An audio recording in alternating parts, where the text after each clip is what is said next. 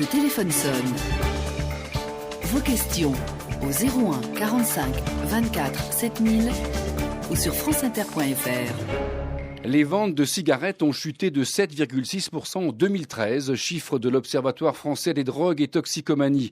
Pourquoi cette baisse spectaculaire ? Bien sûr, les prix des paquets ont augmenté fortement, mais surtout, il y a le succès de la cigarette électronique, le vapotage. 1 à 2 millions de Français vapotent quotidiennement. Alors ce soir, on ouvre ce dossier de l'e-cigarette et de sa progression fulgurante. Le vapotage, est-ce un véritable outil de santé publique pour réduire les risques liés au tabagisme? Est-il à arrêter complètement de fumer? L'e-cigarette, c'est un produit récent, au statut ambigu, ni un produit du tabac, ni un médicament. Est-ce le bon substitut au tabac? Et puis la cigarette électronique est-elle vraiment sans danger? Alors si vous l'utilisez ou si vous vous interrogez, dois-je tenter l'expérience? Appelez-nous, écrivez-nous des courriels, nos invités pour vous répondre. Le professeur Bertrand Dotzenberg, qui est pneumologue à l'hôpital de la Pitié-Salpêtrière à Paris, président de l'Office français de prévention du tabagisme. Il vient de publier aux éditions XL un livre, l'e-cigarette pour en finir avec le tabac. Point d'interrogation. Brice Lapoutre est président de l'association indépendante des utilisateurs de cigarettes électroniques. Et enfin, Éric de Goussancourt, cofondateur de Clopinette, ce réseau de boutiques de vente de cigarettes électroniques. Pierre Veille sur France Inter. Alors on a reçu sur le site de l'émission notre boîte mail de très nombreux courriels cet après-midi. Je résume, des utilisateurs d'e-cigarettes qui sont très heureux, qui se sentent libérés du tabac. Je pense qu'on va l'entendre au cours de l'émission. Premier appel en ligne avec cette Anne qui est à Rambouillet, qui veut témoigner ou poser une question. Bonsoir Anne. Bonsoir, non, il s'agit plus d'un témoignage. Allez-y. Puisque je suis vapoteuse depuis environ 2 mois. Mais par contre, je suis une ex-fumeuse. J'ai commencé à 15-16 ans comme tous les ados, pour faire comme tout le monde. Et puis, je pensais que c'était simple, que je n'étais pas addict. Le tabac, ce n'était pas dangereux à l'époque. Mais quand arrive la première grossesse, on se dit que finalement, c'est très difficile de décrocher. Et puis, on continue. La deuxième, la troisième. Et puis, à 50 ans, là, on se dit que vraiment, on est allé trop loin. Donc, pas vraiment par envie, plus pour tester. Et puis, sous la pression familiale, j'ai essayé. Donc, la vapette. Et puis, ça a marché. Du jour au lendemain. Alors que j'avais tout essayé avant. Les substituts, les patchs, les gommes, le champix, l'hypnose. Bref, tout ce que vous pouvez imaginer. Et sans manque, sans souffrance, sans rien, tout simplement comme ça. Là, j'ai ma vapette à la main, je suis bien, je ne mords personne, ce qui est quand même relativement positif. Je gère moi-même, il n'y a pas de souci. Donc simplement pour dire que c'est quelque chose qui marche, pas forcément pour tout le monde, mais que c'est quelque chose dont on a besoin, qu'on a besoin de nous laisser, on a besoin de maîtriser nous-mêmes notre consommation. Quand vous arrivez et que vous dites « je fume 2 paquets par jour depuis 35 ans », on vous dit commencez fort, mettez 18 millilitres de nicotine. Bien. Non, j'en suis à 6. Ça me suffit largement. 6 mg de nicotine, très bien. Anne, merci de nous avoir appelés. Alors voilà ce témoignage. On en a eu beaucoup d'autres sur le site de l'émission avec les mêmes arguments utilisés par Anne. Professeur Bertrand Dotzenberg. Non, l'histoire qu'elle raconte est une histoire fréquente, surtout fréquente chez les personnes après 40 ans qui s'arrêtent beaucoup plus. Chez les jeunes, beaucoup essayent et n'aiment pas le produit. En gros, les 2/3 des gens qui essaient les cigarettes ne l'aiment pas parce qu'ils l'ont lancé dans de mauvaises conditions, des produits jetables, des produits qui ne leur plaisaient pas. Et la première cigarette et les cigarettes va être utilisée pour arrêter le tabac si ça plaît. Donc il faut que le produit plaise lors des premiers essais.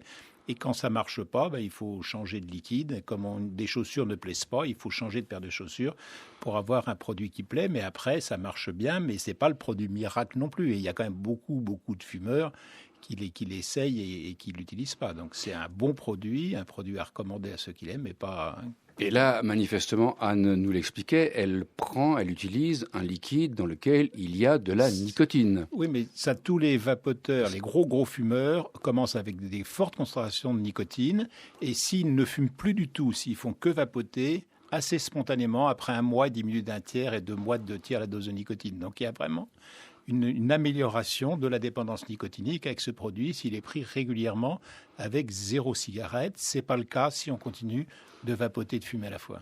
Et donc, la santé d'Anne est absolument tranquille en vapotant, même avec un produit contenant de la nicotine. Vous êtes formel, professeur Dotzenberg. Elle est tranquille, sa santé est protégée désormais. Non, je suis formel. La cigarette électronique est un produit toxique, un produit addictif qu'il ne faut pas prendre si on n'est pas fumeur. En revanche, si on est un fumeur, c'est tellement moins dangereux que la vraie cigarette que ça vaut même pas le coup d'en parler. En revanche, pour des enfants qui commenceraient à prendre le produit, oui, c'est un produit dangereux.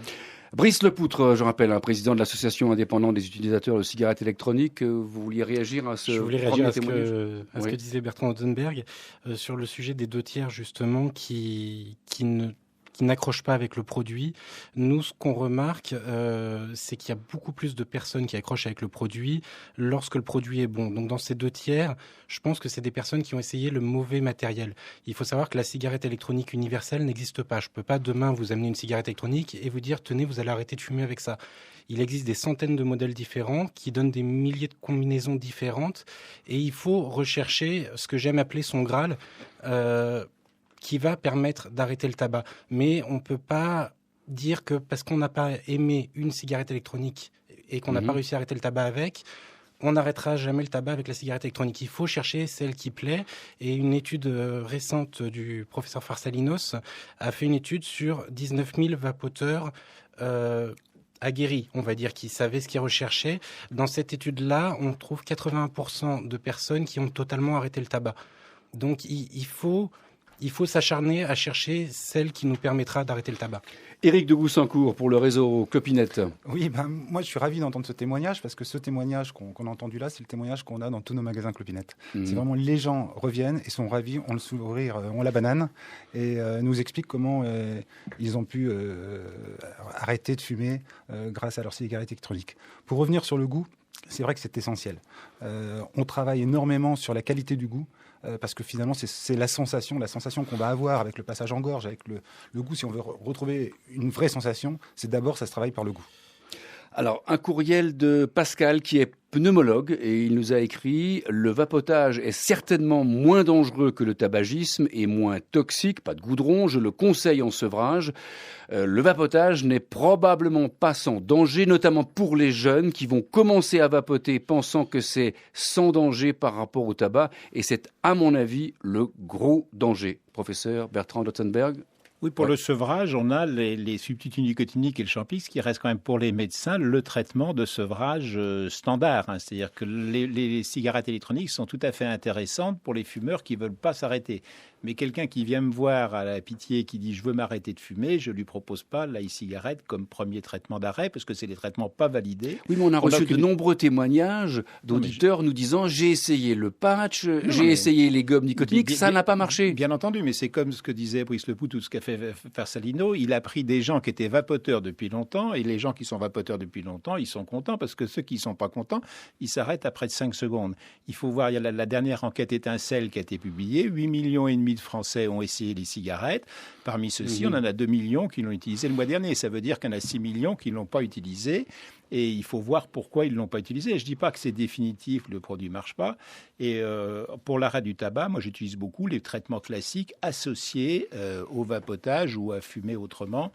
Mais au point de vue toxicité, par contre, il ne faut pas être obsédé par ça. Au niveau européen, il y a eu un grand débat sur la toxicité du produit qui était un peu à côté de la plaque, qui était quelque chose de vrai il y a 3-4 ans ou il y a 5 ans quand les produits étaient mal faits, que les gens bricolaient, mais qui n'est plus la réalité de 2014. Mais pourtant, vous avez dit, professeur Dotzenberg, au début de cette émission, c'est un produit toxique. Non, mais c'est un produit toxique comme la pénicilline. C'est bon quand on a une pneumonie, il ne faut pas prendre de pénicilline quand on n'est pas malade. Donc il y a des produits qui sont bons quand on a un problème de santé. C'est-à-dire que la plupart des fumeurs, comme la personne qu'on a eu tout à l'heure, quelqu'un qui est accroché, dit j'ai tout essayé, depuis 30 ans j'essaye de m'arrêter, j'arrive pas, elle a un produit qui lui permet de s'arrêter, bravo, on Parce qu'on applaudit. a reçu de nombreuses questions. Y a-t-il, oui ou non, des produits toxiques, donc dangereux pour la santé dans les cigarettes électroniques? Non, mais y en a, mais attendez, autre question. Que pensez, c'est Fabien Palaiseau, que pensez-vous de l'étude de 60 millions de consommateurs publiée en août dernier qui notait la présence de substances cancérigènes et de métaux dangereux dans les e-cigarettes?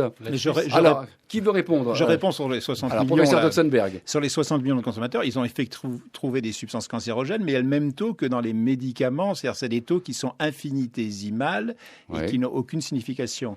Et maintenant, les produits sont de mieux en mieux fabriqués. Il faut quand même qu'il y ait une norme sur ces produits de qualité qui est en train de se mettre en place et qu'on soit sûr. Mais pour l'instant, à 99,9%, et en particulier quand on va acheter des produits en boutique, on peut être sûr qu'on va acheter des produits sur Internet, on ne sait pas trop, mais... Brice Lepoutre. Là-dessus, comme disait Bertrand Dotzenberg, sur l'étude 60 millions de consommateurs, il y a pas, on a dit il y a des produits cancérigènes comme il y en a sur la table sur laquelle on est posé, comme il y en a partout. Le produit devient cancérigène à partir d'un certain taux et les taux n'étaient pas atteints ou dans des conditions de test qui créaient que le taux était atteint mais les conditions de test étaient mauvaises à ce moment-là. Éric de Goussancourt, pas trop long parce qu'il y a paraît-il plein de questions au standard. Surtout, on va y aller. Il faut être sûr de l'origine des produits. C'est-à-dire qu'aujourd'hui, on trouve des produits fabriqués en Chine. Et là, je ne sais pas si ces produits ont été contrôlés ou testés. Et où sont fabriqués les liquides que vous utilisez dans vos e-cigarettes? En France, uniquement en France, dans le plus gros laboratoire français d'arômes alimentaires. Donc vous êtes absolument formel. Ce sont des produits sûrs. Absolument. Vous effectuez des contrôles? Eux sont contrôlés 5 fois par mois par la DGCCRF. C'est-à-dire, traduisez, parce que tout le monde n'est pas au courant. La direction régionale de... Je sais plus. Répression des fraudes. Très bien. On va au standard. Jean-Patrick. Jean-Patrick était à Toulouse. Bonsoir Jean-Patrick. Oui, bonsoir. Allez-y, c'est à vous maintenant. Je voudrais apporter un témoignage qui ressemble un peu à celui de Claude, mais en plus lourd. Oui. 56 ans, 42 ans de tabagisme, à 2 paquets par jour les bonnes années, avec des pointes à 3 paquets. Et j'ai été bluffé, savoir que j'ai acheté ma cigarette électronique un jour à 9h. Je ne savais pas qu'à 9h moins 1, j'avais fumé la dernière cigarette. Donc j'ai à la fois une question et une inquiétude. La question, elle va s'adresser au professeur Dotzenberg. Est-ce qu'il lui arrive souvent de voir des cas lourds comme moi qui arrêtent instantanément avec la cigarette électronique? Et mon inquiétude, elle se portera vers Monsieur Lepoutre, je crois, qui est de l'association d'utilisateurs. Oui. Parce que moi, ce qui m'inquiète, c'est que si la directive européenne, telle qu'elle a été votée, descend au niveau national, et je fais confiance à nos élus pour ne pas se faire prier pour la faire descendre le plus vite possible, je vais plus pouvoir m'approvisionner avec les taux dont moi j'ai besoin et qui sont élevés. Ça veut dire que je repars au tabac. Donc ma question à Brice Lepoutre sera: est-ce que l'association d'utilisateurs a prévu de faire des recours contre cette application nationale de la directive européenne? Parce que, soyons clairs, moi j'ai commencé en 24, je suis encore en 18, mais par contre, depuis cet hiver, je n'ai plus un rhume, une bronchite, etc., alors que fumeur comme je l'étais, c'était 2, 3, voire 4 rhume ou bronchite chaque hiver. Jean-Patrick, vous parlez bien de 24 mg de nicotine, et là vous êtes à 18 mg. C'est ça. Tout à fait. Voilà. J'ai démarré en 24. Ça veut dire que je me mets à la place. Bon, moi déjà, on peut me renvoyer vers le tabac, mais je me melle à la place d'un fumeur aujourd'hui, ou même de ma fille qui, dans quelques années, va être tentée par les petits paquets rouges. Si elle n'a plus les moyens d'avoir une alternative, je suis un petit peu inquiet pour elle aussi. Alors, professeur Dotzenberg. Non, au niveau de l'Europe, le 1er octobre dernier, il y avait un danger clair que les produits soient plus disponibles. Maintenant, les produits vont être disponibles avec un taux maximum de 20 mg par millilitre, mais avec des cigarettes qui marchent infiniment mieux qu'avant. C'est-à-dire qu'avant, comme les cigarettes ne marchaient pas, il fallait mettre des concentrations colossales de nicotine dedans. Maintenant, avec les produits de qualité qu'on a, avec 20 mg par millilitre, on reproduit la même chose qu'avec le taux maximum de nicotine qui est dans une cigarette standard. Et après la dose de nicotine nécessaire, ça va se faire avec la reproduction des bouffées. Donc on règle son nombre de bouffées comme avec une cigarette. Mais personne ne se plaint qu'il n'y ait pas sur le marché de cigarettes où il y a marqué 2 mg sur le paquet. Tout le monde est habitué à ça et c'est à peu près le même niveau. Il y a des limites de volume qui sont un peu plus embêtantes, de 2 millilitres, qui vont obliger les gros vapoteurs à remplir dans la journée leur liquide dans des conditions dangereuses. Et je m'étais battu pour que le volume soit plus grand, de façon à ce qu'on puisse faire le plein pour la journée et non le plein 2 fois par jour. Brice Lepoutre, sur ces directives européennes évoquées par Jean-Patrick, expliquez-nous clairement de quoi il s'agit et quelle est la réglementation aujourd'hui en France. Alors, au niveau de la réglementation aujourd'hui en France, on va voir après au niveau de la TPD. Au niveau de la réglementation en France, nous sommes juste limités par l'ANSM à 20 mg par millilitre de nicotine. Ce qui est une limite pour nous infondée à la fois. On ne voit pas trop de justification. Si une personne a besoin pour arrêter le tabac de 36, pourquoi ne pas l'autoriser ? Aujourd'hui, c'est la seule contrainte qu'on a en France. Aujourd'hui. Au niveau de la TPD, donc il a été voté. La TPD, c'est la directive européenne. Alors, il faut un peu pour les non spécialistes. La directive tabac européenne. Il a été voté donc une limitation des volumes de liquide à 10 millilitres. Par exemple, donc les gens comme moi qui achètent leur liquide au litre, c'est plus économique pour avoir 1 an de consommation. Je n'aurai plus le droit. Les réservoirs seront limités à 2 millilitres. Le réservoir que j'ai là fait 5 millilitres, me permet de tourner une journée et demie. J'y aurai plus le droit. Il y aura une obligation d'enregistrer les produits 6 mois avant la mise sur le marché, ce qui va tuer l'innovation de la cigarette électronique. Aujourd'hui, un nouveau modèle est inventé tous les mois pour permettre d'aider un fumeur à arrêter le tabac grâce à elle. Et enfin, il y a l'interdiction de vente transfrontalière qui n'est pas logique. En Europe, il y a la libre circulation des marchandises. Moi, mon liquide vient de Pologne, par exemple, et j'aime bien ce liquide-là. Je ne vois pas pourquoi je n'en aurais plus. Éric de Goussancourt. Alors moi, je ne suis pas tout à fait d'accord avec Brice Lepoutre. Déjà, pour rassurer la personne qu'on a entendue tout à l'heure, il a commencé à 24 mg, mais effectivement, c'est sur un modèle peut-être moins efficace qu'aujourd'hui. Aujourd'hui, les clients qui viennent en boutique, lorsqu'ils veulent passer à la cigarette électronique et qui fumer effectivement 2 paquets de cigarettes, du 16 mg leur convient en général parfaitement bien. 19 ou 20. Mais si je peux me permettre, Brice Lepoutre. C'est des statistiques, du coup, c'est une partie. Que fait-on des personnes qui ont besoin de 20, qui ont besoin de 24 ? On leur dit à retourner mourir au tabac. Une cigarette médicament dans quelques années. Ce qu'on vend en magasin, le 19 mg ne représente que des faibles ventes. De moins en moins, compte tenu de l'efficacité des modèles. Alors, beaucoup d'appels. On va aller retrouver Dominique qui est à Paris. Bonsoir Dominique. Bonsoir. Vous êtes médecin, me dit-on ? Oui, je suis médecin généraliste et j'ai eu beaucoup dans ma clientèle de gens qui ont vécu ce que vos auditeurs ont décrit avec la cigarette électronique. Donc, bien évidemment, je ne peux que constater un effet très intéressant. Mais alors, ce qui me surprend beaucoup, et je voulais l'avis de vos invités, c'est la position de la Ligue contre le cancer, qui est quand même en première ligne sur le cancer du poumon, qui s'était déconseillé totalement l'usage de la cigarette électronique et qui a fait une mise à jour timide à la rentrée en disant que oui, éventuellement, mais c'était quand même pas bien et qui est très, très réticente et je ne m'explique pas.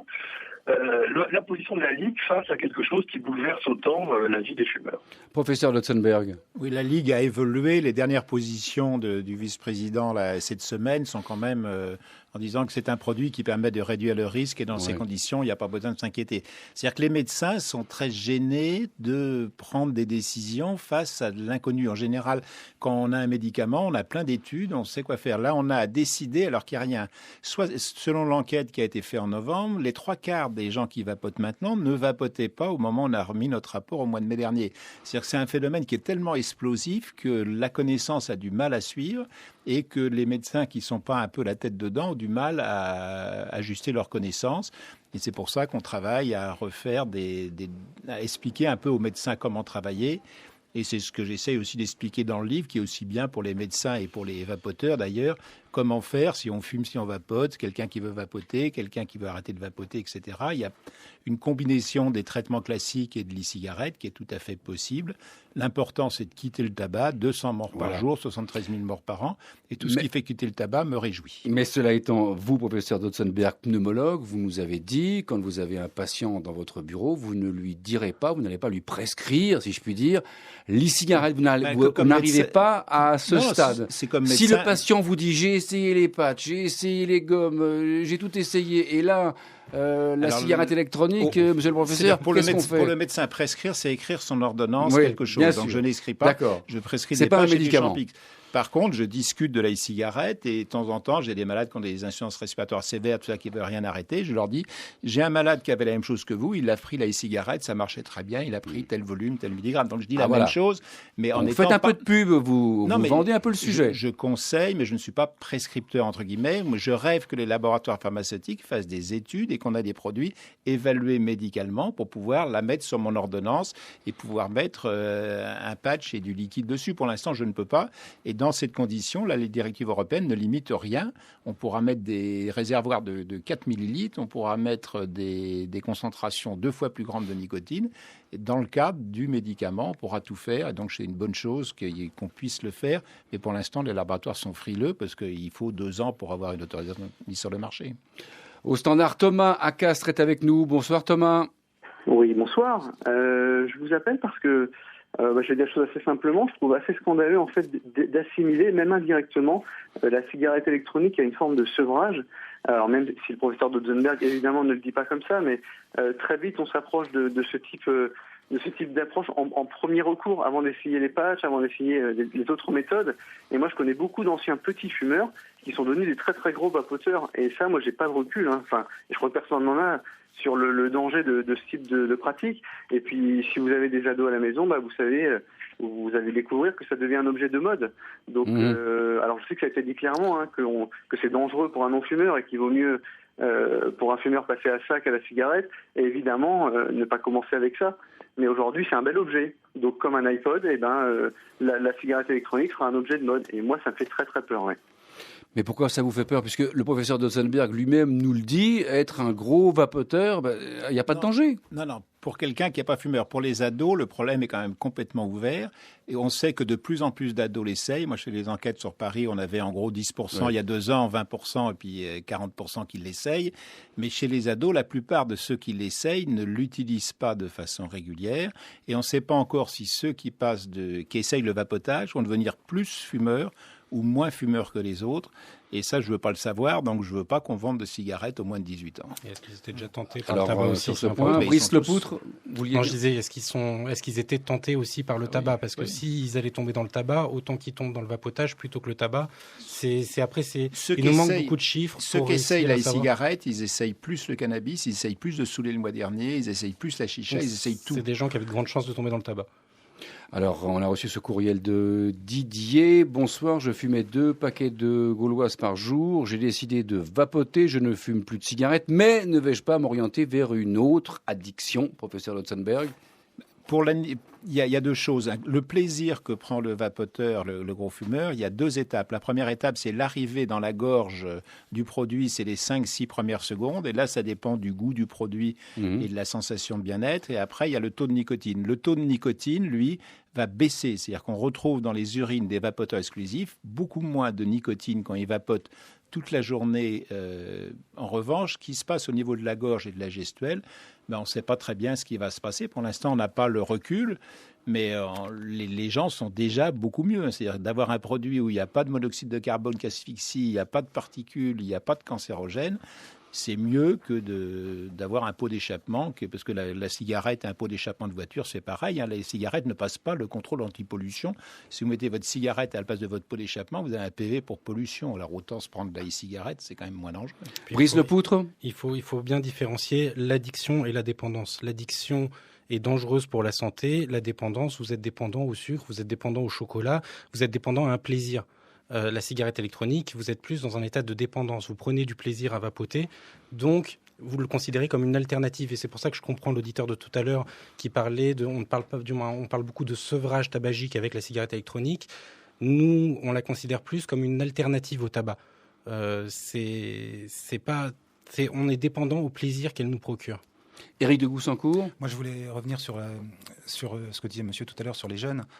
Il faut effectivement interdire l'achat de cigarettes électroniques pour tous les moins de 18 ans. Ça, c'est absolument... C'est déjà interdit. On le faisait déjà depuis 2 ans par mesure de précaution. Et on fait même des visites mystères dans nos magasins pour s'assurer que les vendeurs ne vendent pas. Claude est à Saint-Ouen et patiente depuis un bon moment au standard. Claude, merci d'avoir été patiente. Bonjour. On vous écoute, bonsoir. Bonsoir. Alors, je fume pas mal. J'ai essayé la cigarette électronique. Dans un premier temps, j'en étais ravie. Donc, ça coûte moins cher. Plus besoin de fumer ou très très peu. Le goût me convenait parfaitement. Par contre, je me suis retrouvée avec des problèmes dentaires importants. J'ai demandé à mon dentiste qui était incapable de me répondre là-dessus. J'ai demandé aux vendeurs de cigarettes électroniques. Personne n'était capable de me renseigner là-dessus. Je suis allée sur des forums internet. Là, j'ai vu d'autres personnes qui ont les mêmes problèmes, mais qui n'ont aucune réponse non plus. Alors, s'il était possible d'avoir une réponse, j'en serais ravie. Professeur Lotzenberg ? Non, mais il n'y a pas de réponse. Il y a quelques personnes qui se plaignent de ça, ça apparaît sur les sites, mais c'est quelque chose de rare. En revanche, là, vous dites que vous vapotez, vous continuez à fumer. Tant que vous continuez à fumer en vapotant, vous restez fortement dépendante. Si vous voulez vous éloigner du tabac de la dépendance, il faut vraiment vous faire aider pour éliminer les nerfs cigarettes. Et au point de vue de la bouche, globalement, le tabac donne 78 maladies de la bouche. Donc un peu de mal aux dents, c'est une chose. 78 maladies de la bouche, c'est autre chose. Alors, Brice Lepoutre, sur des problèmes dentaires, sur les problèmes dentaires suite à l'utilisation de l'e-cigarette, on peut avoir peur, c'est vrai, de temps en temps, pour des problèmes dentaires. Je ne connais pas le cas de la dame, je suis pas dentiste, je serais incapable de lui dire là-dessus, mais où je vois, moi, sur les forums, des problèmes de gens qui parlent de tout, d'acné ou autre. Il faut aussi savoir que les premiers symptômes qu'on peut avoir en vapotant sont les symptômes de l'arrêt du tabac. Il faut se renseigner sur Internet avant de dire « Oula, c'était mauvais, je vais reprendre le tabac plutôt que la vapote parce que j'ai de l'acné ou parce que je tousse ».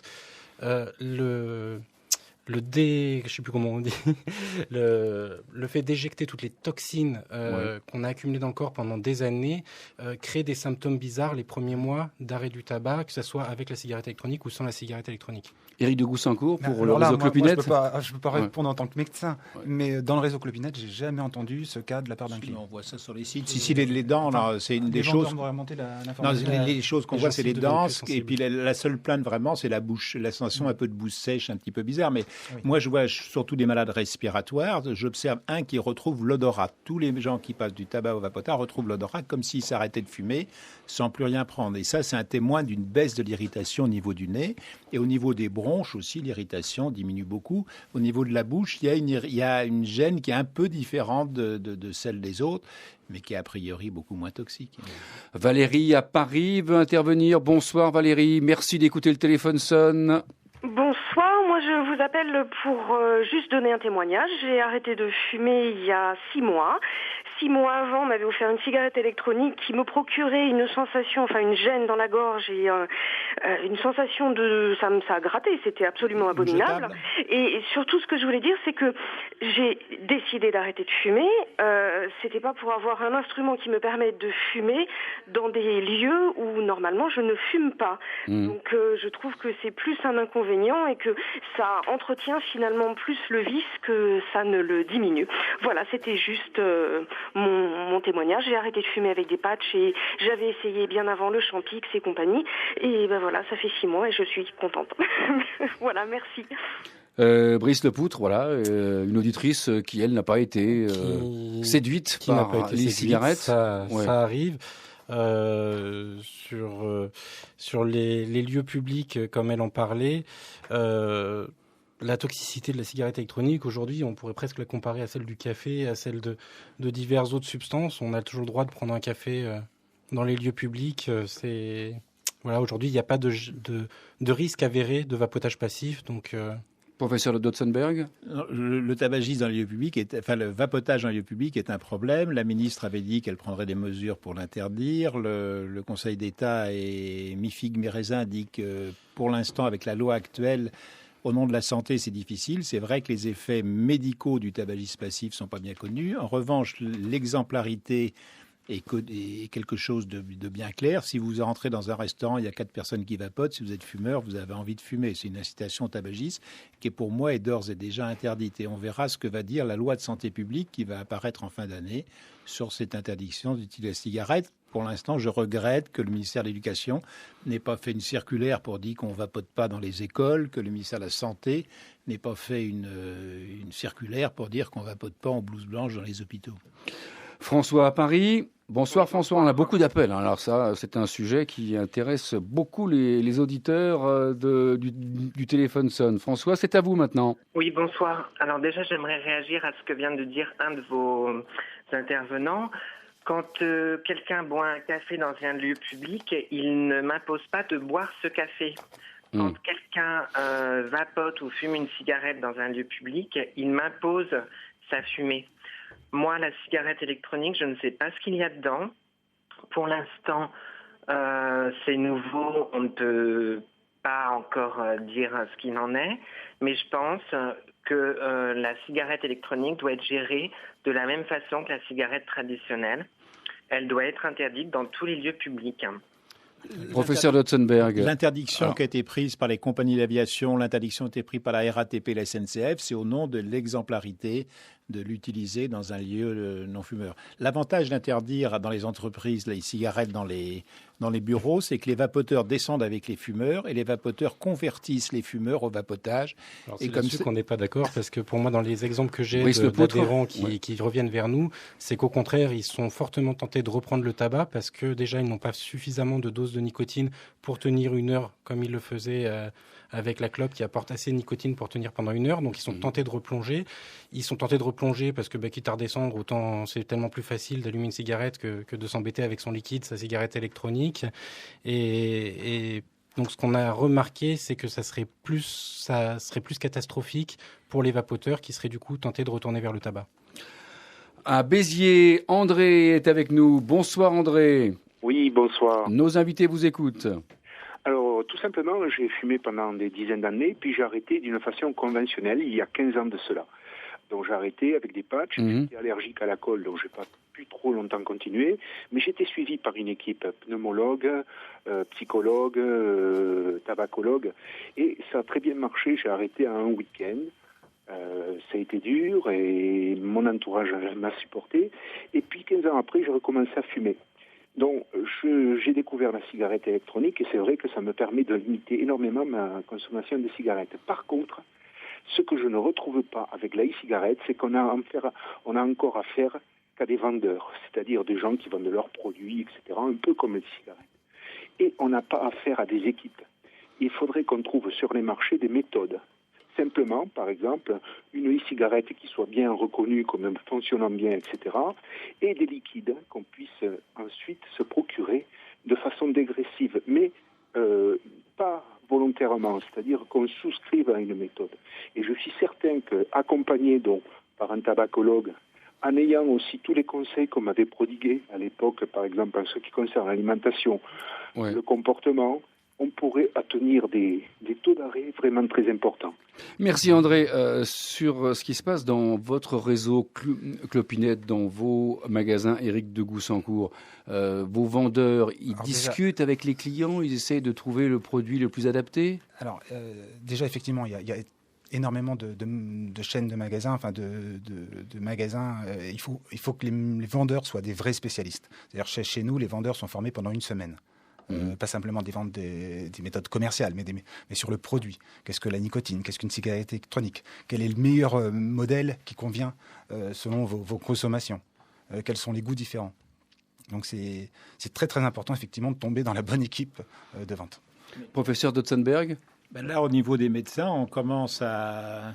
Maintenant que c'est accepté par la plupart des médecins, on commence à voir comment on peut utiliser la cigarette électronique en complément des méthodes traditionnelles. C'est-à-dire que je me mets le patch et je prends la cigarette électronique, par exemple, ou de façon isolée. et pour pouvoir justement donner ces conseils en sachant qu'on est gêné parce que c'est seulement des conseils, mais on donne des conseils de sport, on donne des conseils d'alimentation, on peut donner des conseils pour la cigarette électronique même si on ne la prescrit pas. Mais si on avait un médicament, ce serait mieux. Brice Lepoutre. Là-dessus, nous, ça fait déjà plusieurs années qu'on a fait le guide du vapoteur débutant, justement, avec tous les conseils pour bien réussir à utiliser une cigarette électronique. Et après aussi, le moyen indispensable. Comment on trouve ce guide ? Sur Internet. Il est disponible gratuitement sur Internet. Et on est en train aussi de faire une petite brochure d'information pour faciliter cela aux futurs consommateurs. Après, il est indispensable de se renseigner, de se faire sa propre opinion et, comme je disais tout à l'heure, de chercher soi-même son propre Graal. C'est important, il ne faut pas compter que sur le vendeur, il faut aussi faire une démarche soi-même. Professeur Lotzenberg. Oui, mais on a une génération de vapoteurs qui ne sont pas de la génération de Brice Lepoutre qui a créé le produit. Et au début, ils étaient avec leur fer à souder à faire leur mélange. Et maintenant, il faut des produits un peu tout faits, des conseils. Je suis d'accord. Donc, les notices des produits devraient s'améliorer. Avec la directive, il va y avoir sur les flacons des conseils de sécurité, des conseils d'utilisation. Et il faut que les médecins apprennent à donner des conseils pour l'utiliser. Mais il faut aussi que les marchands nous fassent des bons produits aussi. Donc, il y a beaucoup de travail à faire, mais pour l'instant, le développement est harmonieux et très, très rapide. Et j'avais suivi l'expansion du téléphone portable il y a quelques années. Ouais. Là, on est 10 fois plus rapide. C'est-à-dire qu'il y avait... on est passé de 100 boutiques en début 2013 à 1500 ou je ne sais pas combien à la fin de l'année.